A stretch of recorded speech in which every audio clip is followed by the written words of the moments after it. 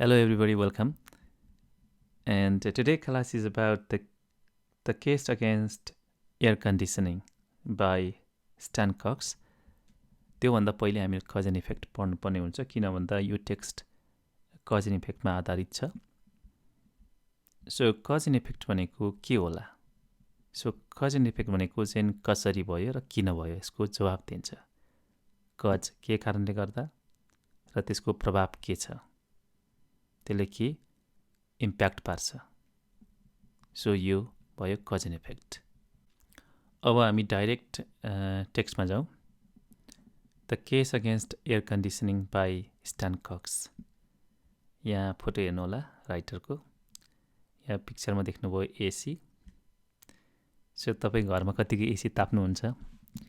So नताप्नु होला, यहाँ चाहिँ धेरै कुराहरू छ एसी सम्बन्धी. राइटरले भन्नुहुन्छ एकछिनपछि. राइटरको ब्याकग्राउन्ड हेरौँ. Stan Cox was born in 1955 and most of his writings are about ecology, agriculture. यो सम्बन्धी उहाँले लेख्नुहुन्छ. Background on AC. एसी कहिलेबाट स्टार्ट भयो यसलाई छोटो मिठो हेरिहालौँ है त. फर्स्टमा चाहिँ 1903मा चाहिँ स्टार्ट भएको थियो एसी. त्यतिखेर चाहिँ हस्पिटलको पर्पस, फ्याक्ट्री, प्रिन्टिङतिर युज हुन्थ्यो पहिले एसीहरू. त्यसपछि मुभी थिएटर, होटलमा युज हुँदै गयो.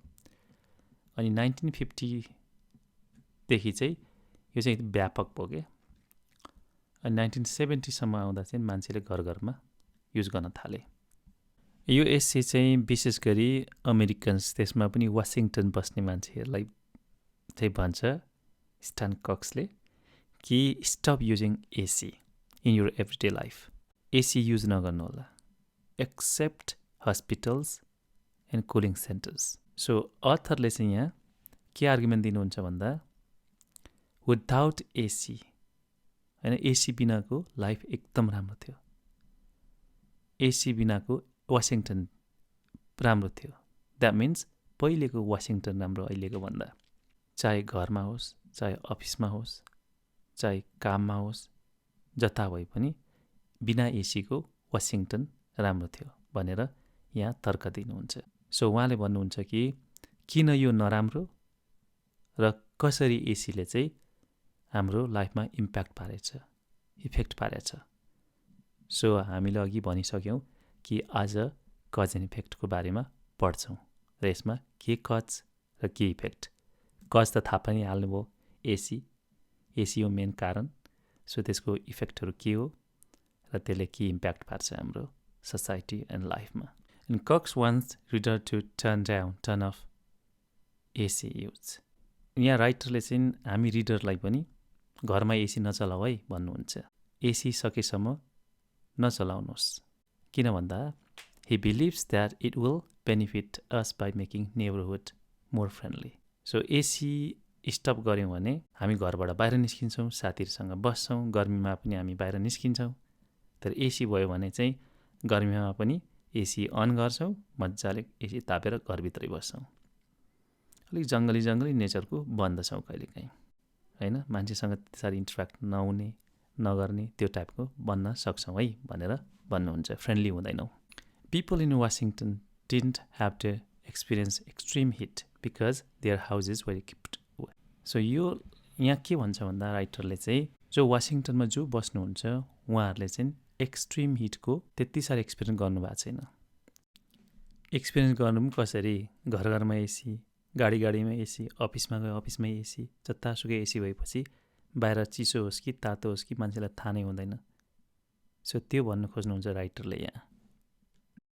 सो एसीले अर्को के गराउँछ भन्दा जब तपाईँ घरमा एसी युज गर्नुहुन्छ तपाईँको घरको बिल सोचेर पनि सक्नुहुन्न. इभन हिटर बाल्दा पनि धेरै आउँछ. एसीको त कुरै छोड्नुहोस्. एसीले चाहिँ बिल मात्र धेरै नउठाएर यसले ग्रिन हाउस इफेक्टलाई पनि बढाउँछ है. यो पनि याद गर्नु होला. यहाँ राइटर स्ट्यान कक्सले चाहिँ इमेजिनेसन गर्नुहुन्छ एसी बिनाको संसार, एसी बिनाको अमेरिका कस्तो होला भनेर. घर घरमा एसी छ, त्यसले हटाउनु पाए कस्तो होला भनेर इमेजिनेसन गर्नुहुन्छ.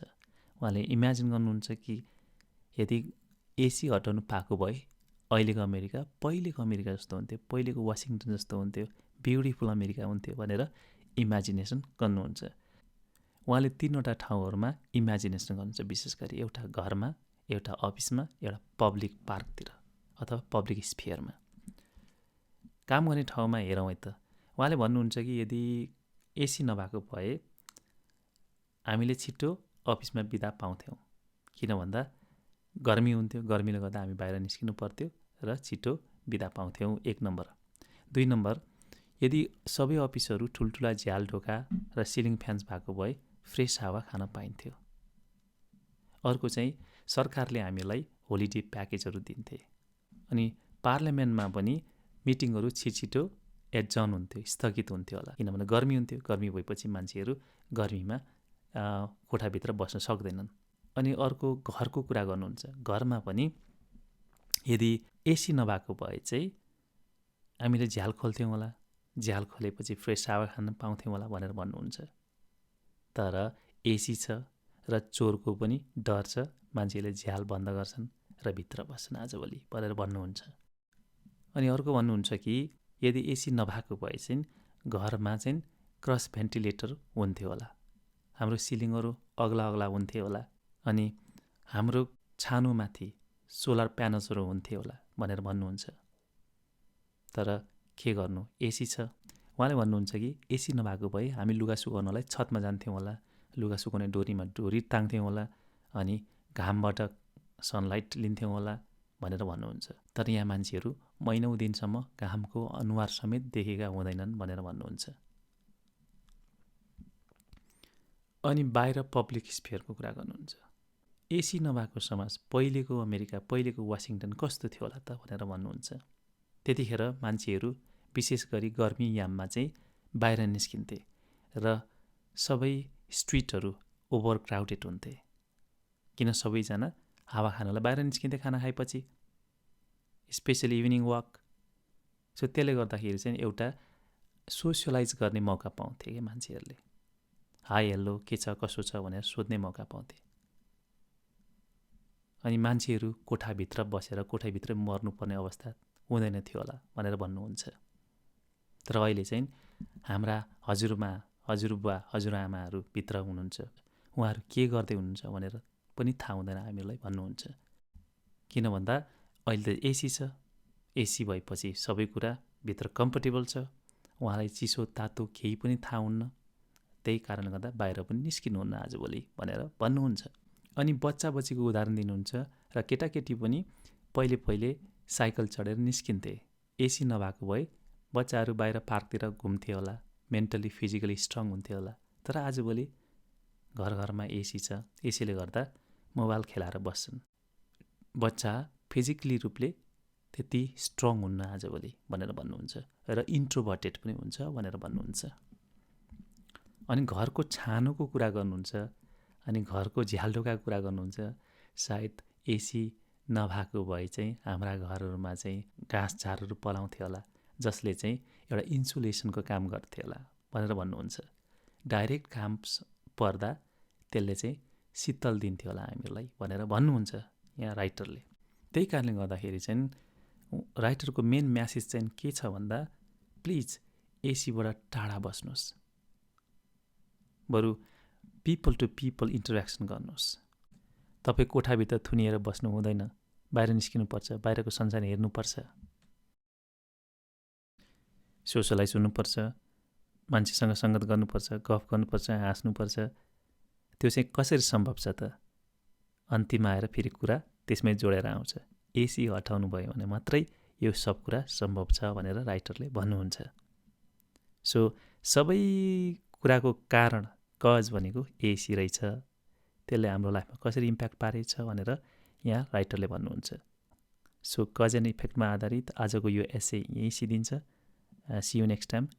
Stay blessed and wish you all the best for your exams. Bye-bye. See you.